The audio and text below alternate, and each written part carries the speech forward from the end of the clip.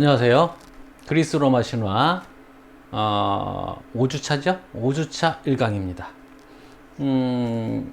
물론 이제 뭐 한 주가 지났지만 나는 계속 똑같은 옷을 입고 있어요. 이제 네 번째 강의를 찍고 있는 거라서. 자, 오늘 이야기는, 이번 시간 이야기는 판도라와 프로메테우스입니다. 요 얘기가 이제 묶이는 이유는 인간들이 왜 이렇게 어렵게 살게 됐는지를 설명하는 겁니다.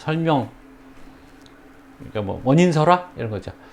사실은 뭐 요즘도 우리 살기 힘들잖아요. 특히 뭐 요새 젊은 사람들, 젊은 학생들이 학생들 또 2040, 2030 세대들이 뭐 취직하기도 힘들고 뭐 여러 가지로 이제 살기 힘들다 뭐 이런 얘기들 많이 하고 있잖아요.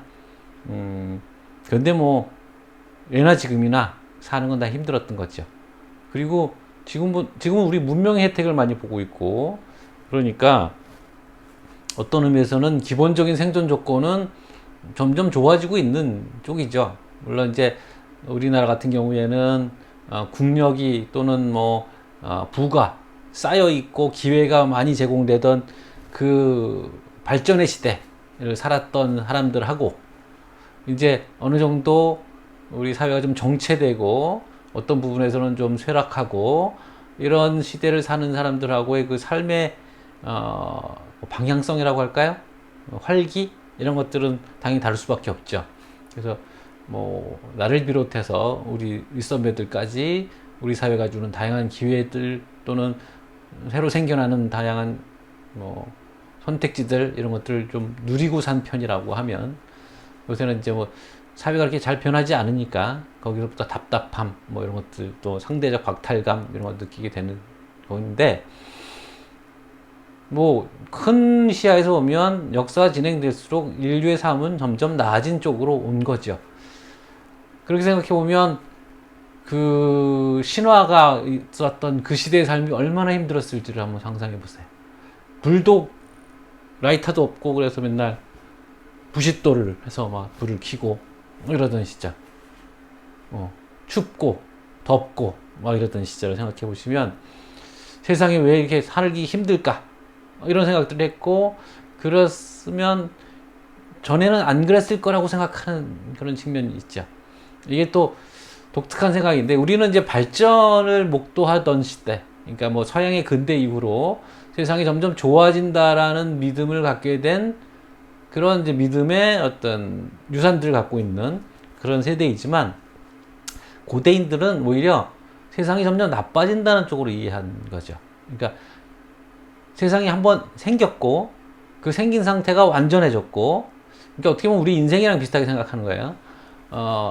어려서 태어나서 점점 자라서 장성한 다음에 완성된 모습이 됐다가 점점 늙어지는 거죠.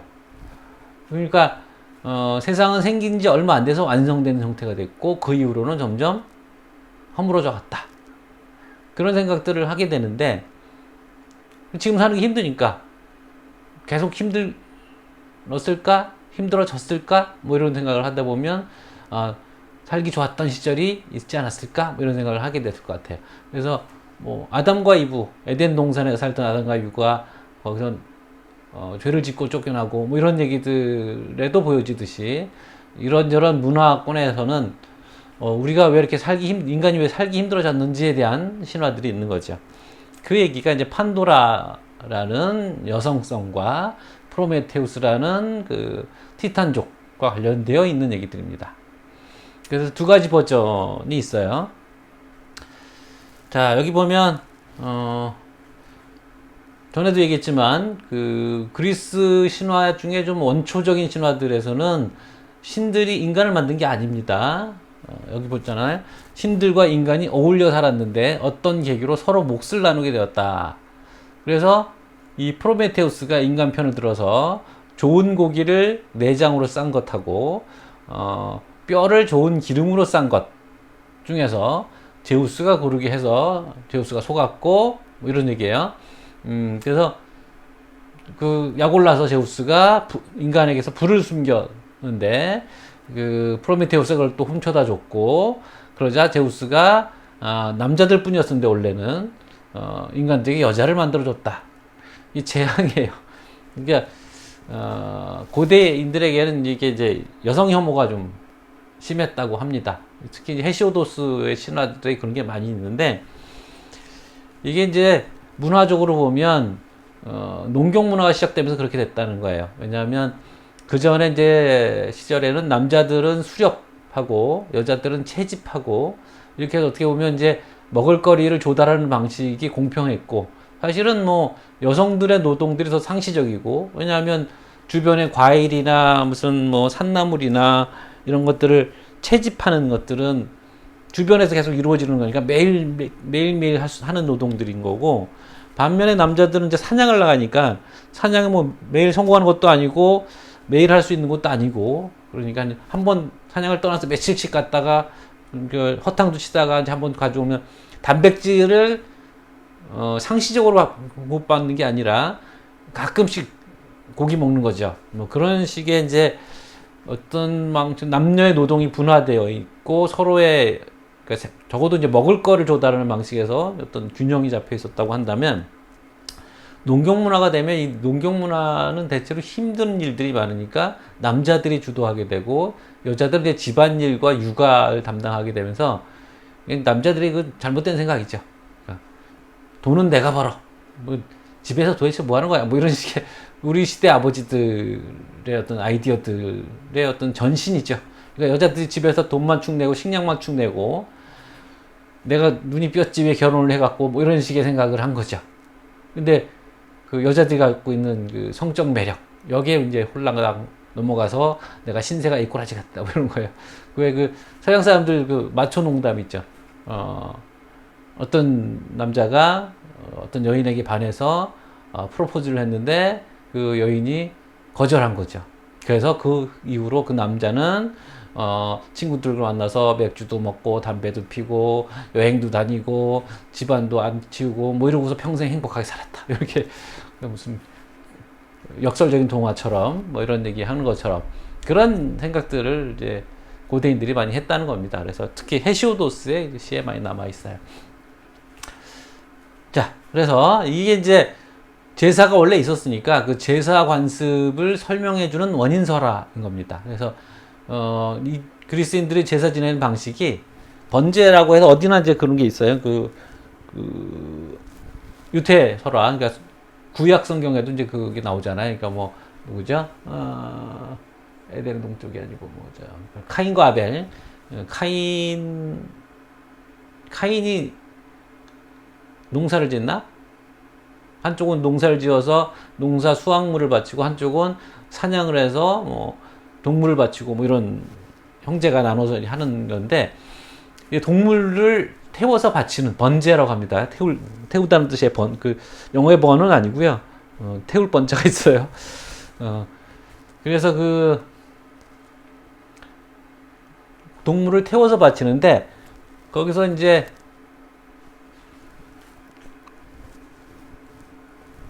기름을 태우는 거죠. 뭐 어차피 신이 직접 먹는 게 아니니까 그 소를 잡으면 소에서 그 기름 부분을 떼내서 그거 일단 안에다 뼈를 넣었다는 얘기는 없을 거야. 근데 기름 지방 부분을 태우는 거죠. 그게 냄새가 훨씬 좋으니까. 그래서 이제 신들은 코로 뭐 향기로 뭐 재물을 받는다 뭐 이런 거예요.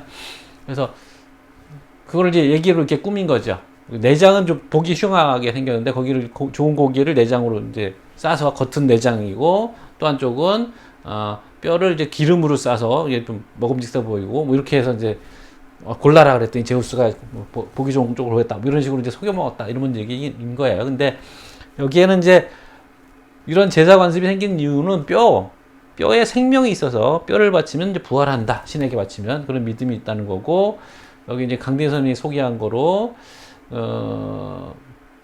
샤머니즘이라는 책이 있어요. 그 책에 보면 어떤 그 샤만, 무당이에요, 무당. 무당이 여행을 가다가 뭐 먹을 게 없어서 자기가 타고 가던 말을 잡아서 먹었는데 사람들과 이제 같이 그 동네 사람이랑 나눠서 먹었는데 다시 이제 그 먹고 난 다음에 뼈를 다 모아서 그 가죽으로 이렇게 싸서 이게 주문을 외우니까 다시 말이 태어났다. 근데 보니까 어떤 사람이 먹다가 그 말의 뼈에 있는 골수를 파먹었다. 그래서 한쪽 다리가 절었다. 뭐 이런 얘기가 있어요. 이건 또 나중에 우리가 다른 신화 얘기할 때 자기 아들을 삶아서 신들에게 대접한 인간이 있었거든요. 그 인간의 음식을 아무도 안 먹었는데 신들이 데메테르 여신만 무심코 뭐 먹어서 그 부분이 없어졌다. 나중에 신들이 다 모아서 사실 살려냈는데 그 부분은 이제 위장으로 넘어갔기 때문에 그 부분은 이제 상하로 떼었다. 뭐 이런 게 있어요. 그 얘기는 다시 나오겠습니다만. 그리고 에스겔이라는 이제 그 구약 성경에 나오는 선지자에게도 뭐 그런 환상이 뭐 뼈를 모아놨더니 군대가 생기고 뭐 이런 얘기도 강림 책에 소개되어 있습니다. 자, 이게 이제 뭐 이 판도라 얘기는 매력적인 여인들이 일하지 않아서 재앙이다. 뭐 대신에 이제 노년을 돌봐줄 후손이 생기는 것 측면도 있어서 복과 고통이 섞인 상태다. 이게 신들의 계보에 나오는 얘기입니다. 이 얘기는 좀 이따가 다시 좀 자세하게 재미있는 얘기가 있어요. 그래서 다시 하기로 하고, 자, 그 버전 하나, 이제 판도라 얘기. 헤파이스토스가 여성을 만들었다. 처음에 남자들만 있었다고. 이게 이제 그리스 신화의 버전입니다. 그래서 플라톤도 공유하고 있고, 그래서 이제 그 철모로는 남자들 얘기죠. 헤파이스토스가 여성을 만들고 신들이 이제 선물들을 줬다. 그래서 이제 판도라라는 이름 자체가 파는 모든이란 뜻이고 도라가 선물입니다. 그래서 모든 선물을 가지고 있는, 선물을 잔뜩 갖고 있는 존재. 이게 판도라 최초의 여성인 거죠. 그래서 그 신들의 선물이 뭐 뭔지는 모르지만 남자의 마음을 호리게 하는 것이다. 뭐 판도라의 머리띠 뭐 이런 얘기도 하고 그렇습니다. 하지만 여자가 두 손으로 항아리 큰 뚜껑을 들어 올려 그것들을 모두 내보내니 오직 희망만이 거기 남고 날아가지 않았으니 일관하날. 이게 이제 판도라 프로메테우스 얘기는 이제 헤시오도스의 작품 중에서 신대 계보가 아니라 일관하날이라는 작품에 나오는 얘기입니다. 판도라 얘기가. 근데 사실은 이제 여기 항아리라고 나오잖아요. 항아리. 근데 여기도 오타가 있네. 항아리가 상자가 되는 거는 이제 푸시케와 관련된 또 그리스 신화가 있습니다. 푸시케는 원래 영혼이라는 뜻인데 여기서는 이제 여자 이름이에요. 푸시케라는 여인이 에로스 신. 여기는 이제 에로스 신이 젊은 신으로 나와요. 청소년기에 그 에로스 신과 사랑에 빠졌지만 의심하다가 에로스 신이 떠나자 자기 남편인 에로스 신을 찾아서 여러 가지 고난을 겪다가 나중에 결국 재결합하게 된다. 뭐 이런 얘기인데 나중에 그게 헬렘 시대의 작가에 의해서 이제 소설로 만들어져 있었어요. 근데 그 푸시케가 여러 가지 일을 겪던 중에 아마 헤라 여신이었나요? 이제 상자를 줬는데 그 상자에 아름다움이라는 담겨 있었다 뭐 그런 거예요. 근데 호기심에 열어봤는데 이 얘기하고 요 판도라 얘기하고 헷갈린 거예요. 누가 헷갈렸냐? 에라스무스라는 르네상스 시대 인문학자가 있습니다. 그 당시 유럽에서 가장 박식한 인물로 알려져 있는 사람인데 르네상스라는 게 이제 문예부흥 혁명인데 그리스 로마의 문화를 새롭게 부활시키는 건데 거기 앞장선 사람이 에라스무스라는 사람이죠. 이 사람이 헷갈려갖고 이걸 이제 상자가 된 겁니다. 판도라의 상자가 된 겁니다. 원래 헤시오도스의 시 안에서는 항아리라고 나와요. 그래서 이제 그 얘기에 따르면 헤시오도스의 얘기에 따르면 판도라는 에피메테우스의 부인이 됩니다. 에피메테우스가 누구예요? 프로메테우스의 동생.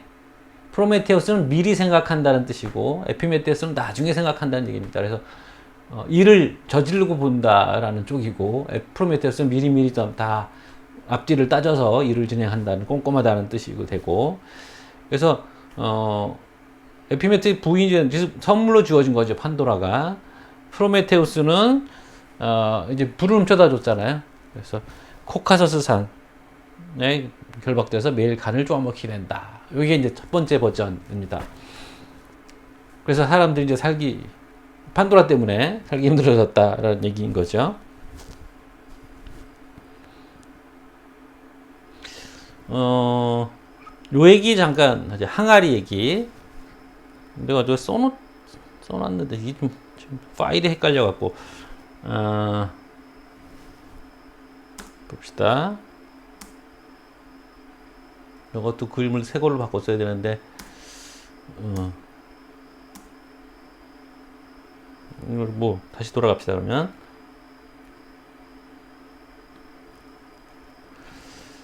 이 항아리 얘기를 잠깐 합시다. 이거 여러분들이 또 뭐 생각해 볼 여지들을 줄 수가 있어요. 사실은 이제 요 구절들을 놓고 좀 논란이 좀 있어요. 그러니까 희망만이 항아리 안에 남았다라는 게 무슨 뜻인가 이런 거죠. 저게 좀 이상한 것이 희망이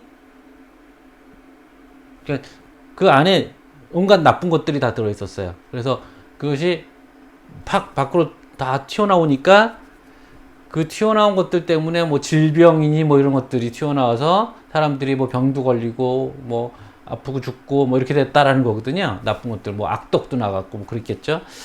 근데 엘피스 희망만이 항아리 안에 남아 있었다라는 뜻인데 이게 작동되는 방식이 좀 다르잖아요. 왜냐하면 항아리 밖으로 나간 것들은 말하자면 활성화되어 있는 것이 액티베이션 돼서 활성화되어 있는 것이고 그렇다면 남아있는 건 활성화되지 않은 것인데 희망이 활성화되지 않은 상태로 남아있는데 어떻게 사람들이 희망이 남아서 그걸 가지고 사람들이 살게 됐느냐 이런 설명이 좀 일관성이 없죠.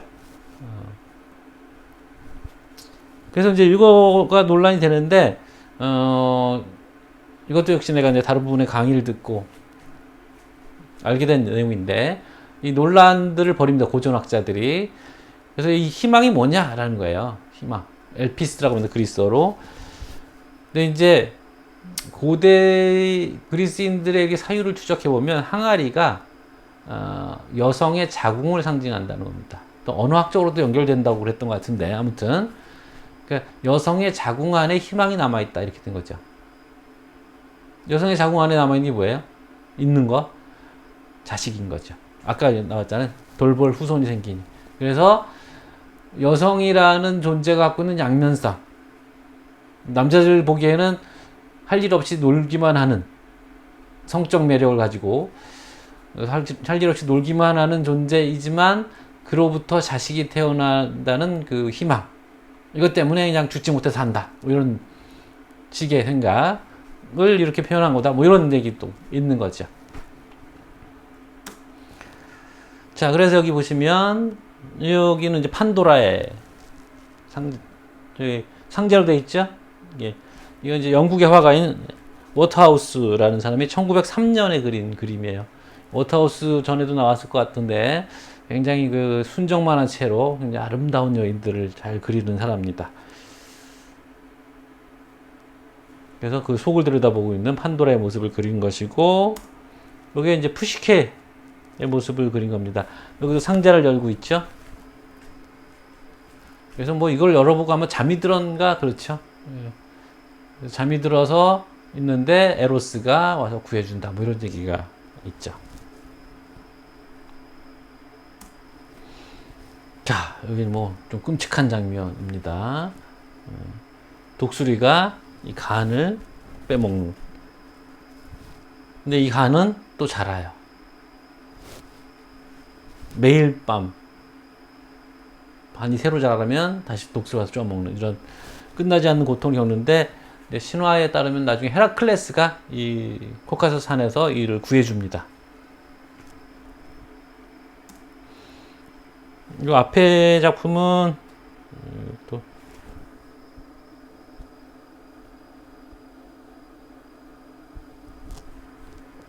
루벤스의 작품이에요. 이거는 루벤스의 작품 1612년 11년에서 12년 사이에 그린 루벤스의 작품입니다.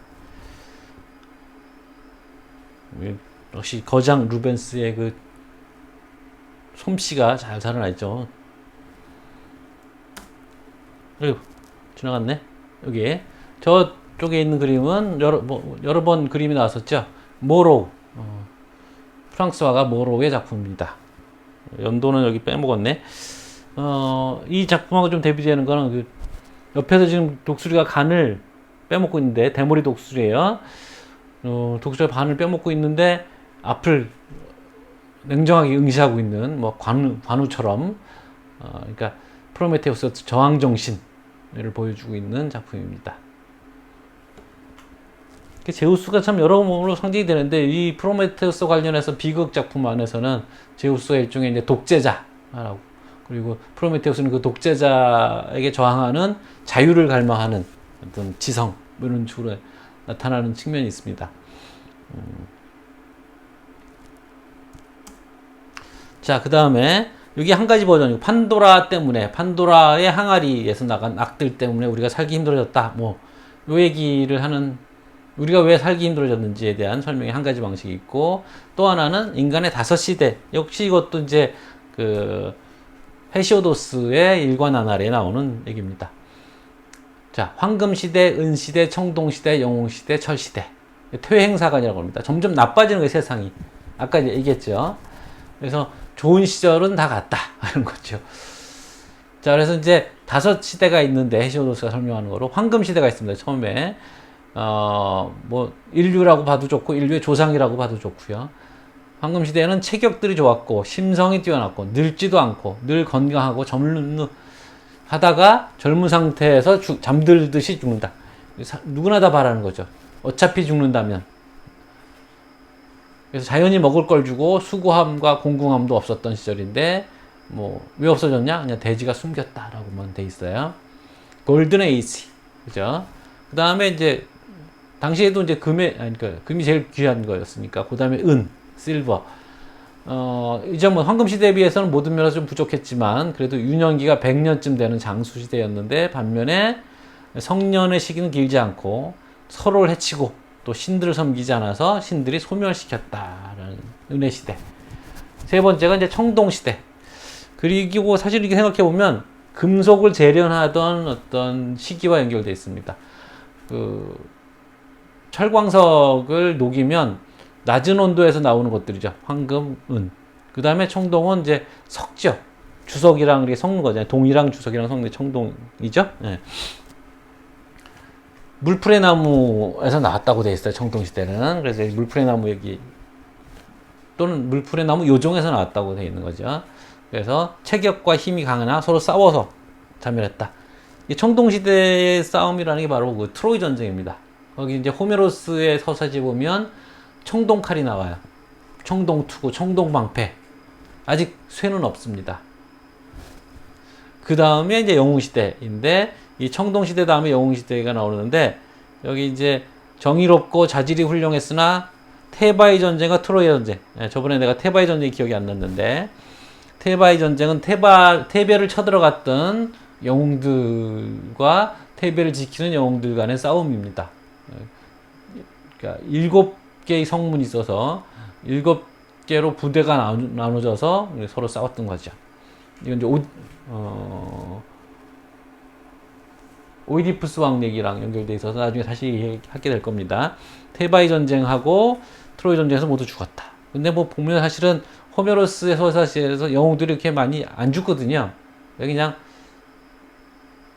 그 헤시오도스가 사실은 자기 선배였던 호메로스의 서사시에 맞추어서, 기존의 신화에는 영웅시대 얘기가 없는데 이걸 맞춰서 여기다 집어넣었다고 보는 겁니다. 그래서 모두 죽을 만큼 그렇게 많지도 않았는데 그렇게 된 거고요. 그 다음에 이제 철의 시대, 아이런, 우리 시대라고, 좀 호메로스 애매하게 얘기를 해요. 뭐 이 시대가 오기 전에 내가 죽거나 그 뒤에 태어났으면 뭐 이런 얘기를 했다고 해서 철시대가 우리 시대인지 모르겠지만, 대개 이제 우리가 인간 시대를 얘기한다고 보고, 폭력과 기만, 불의, 약탈이 판치는 시대다 이렇게 돼 있습니다. 그래서 이게 요 시대가 지나면 이제 또 철의 시대가 오면 다시 황금 시대가 오나 뭐 이런 얘기들에 대한 설명들은 없습니다. 그래서 좀 애매하게 남아 있는 상태인 거고. 자, 그런데 이제 이게 두 가지 얘기가 다 일관하나에다 실려 있단 말이죠. 근데 서로 이제 아구가 잘 안 맞는다는 문제가 있어요. 판도라가 청동시대 직전인가? 여기 청동시대 직전에서 이제 나빠지는 거니까, 그렇게 얘기에는 이제 청동시대 사람들은 먹지를 않는다고 돼 있대요. 그래서 굶주림도 없고 도덕적 악도 없었다는 점에서 문제고, 그 다음에 영웅시대는 나쁜 시대는 아니었고, 영웅시대도 아니고, 철시대 직전에 넣기에는 이미 신적 존재가 인간과 활동하는 것이 좀 어색하다라는 거. 너무 가까운 거죠. 우리 인간의 시대에. 그래서 서로 다른 이야기를 그냥 전해지는, 구전되는 두 개의 얘기를 그냥 나란히 소개한 것이라서, 아까가 아니고, 지난 시간에 우리가, 신화의 집단 창작이냐, 아니면 개인의 저술이냐에 따라서 그 저술의, 이야기의 성격이 달라진다라고 얘기했습니다만, 헤시오도스가, 창작이긴 하지만, 신화들을 가지고서 했기 때문에, 요런, 이제, 불일치의 문제가 생긴다고 이제 봅니다. 여기 보시면 이게 이제 루카스 크라나흐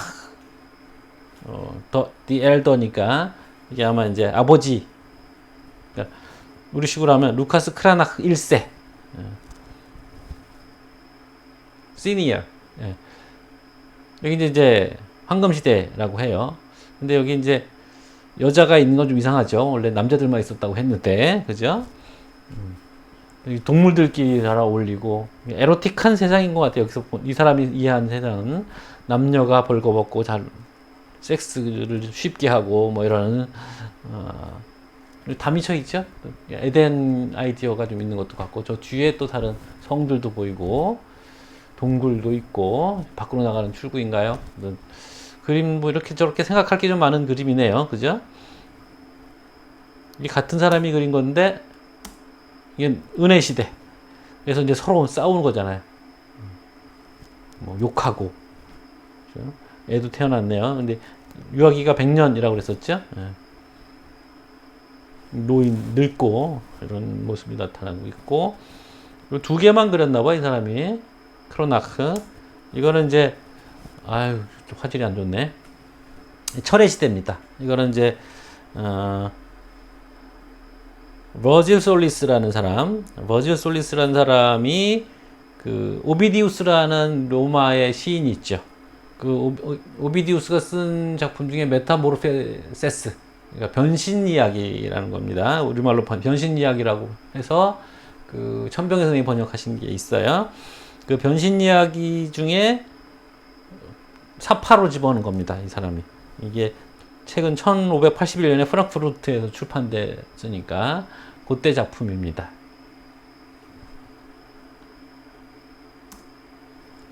자, 이것도 여기까지 끊어가도록 하겠습니다. 수고하셨습니다.